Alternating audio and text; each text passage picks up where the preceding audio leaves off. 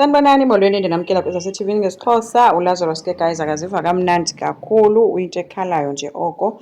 Ncokola noZoleka ke bavulelana izifuba ngayo yonke into eyenzekayo ke ebomini bakhe. Uthi ke ingathi ikhona into ezayo kuyo yonke le nto, kodwa ke uncoma ke nobukho bukaZoleka empilweni yakhe kakhulu.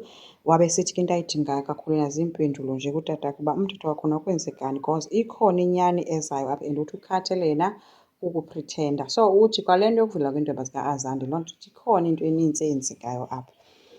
Uthe uzixelele ke into yoba uzohamba ke aye kutatakhe ke waya ke guys kuyise. Uyise lowo vele wathi ke esathetha ke ngento nonina wathi, heyi ininzi ke into esiyithetha mva njengoNozamile inoba kwayena uyaguquguquka engcwabeni lakhe. Ubuzile ke uba ikhona na into asayikhumbulayo ngokubhubha kukanina.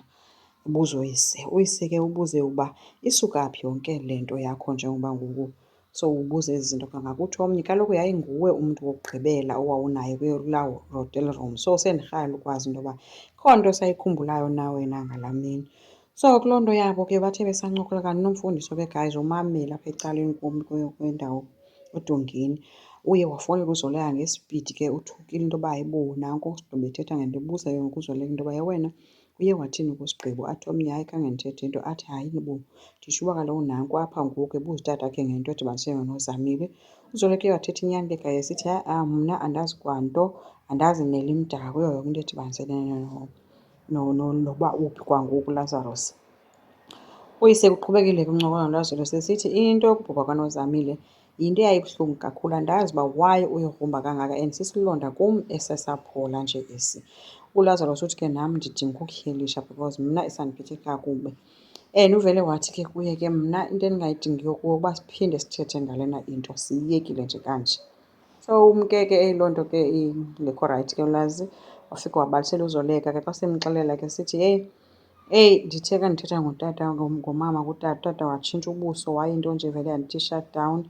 Uthi akakhange afune ukuthetha kwangayo le nto. Emveni koko futhi nethowuni yakhe nje ikhona nje into engapha kulaa thowuni ayindiniki nento ethi mandiqhubeke ndibuze.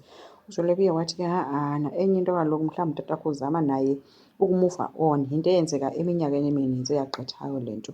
ULazarus uthi ha-a ininzi into engaphaya kule nto and mna ndifuna ukwazi. So uZoleka uye waxakana nento ke engazi uba mathini ke akakwazi futhi ukumxelela uba ha-a. Caba ke wadicayida into yoba ke aqine isibindi abize utata kaLazarus. Ndandimbizile noba uzizile ngoba ufike sesithi ndithe mandithi uzokubona molokazana uphi na uSigqibo. I hope yonke le nto ndiyizele apha ngebhizinesi. Abe sithi komnye no uSigqibo usekhaya uthe makadisayide noba makake bavumile and yonke le nto ayikho ngebhizinesi tata. Wabuza omnye uba ingantoni ke wathi ke ingawe nomama uNozamile yonto. Yho batshintsha ke guys ubuso bukadidi ethi ufuna undixelela uba undibizele bucala for ukuthetha ngoNozamile.